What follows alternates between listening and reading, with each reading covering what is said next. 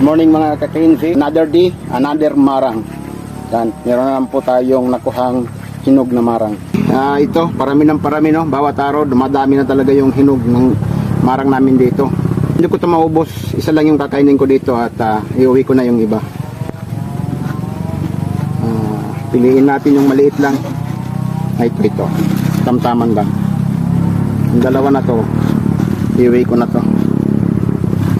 So ito, hindi to overripe. Ganda yung pagkaano niya. Yan po. Yan. Oh, di ba?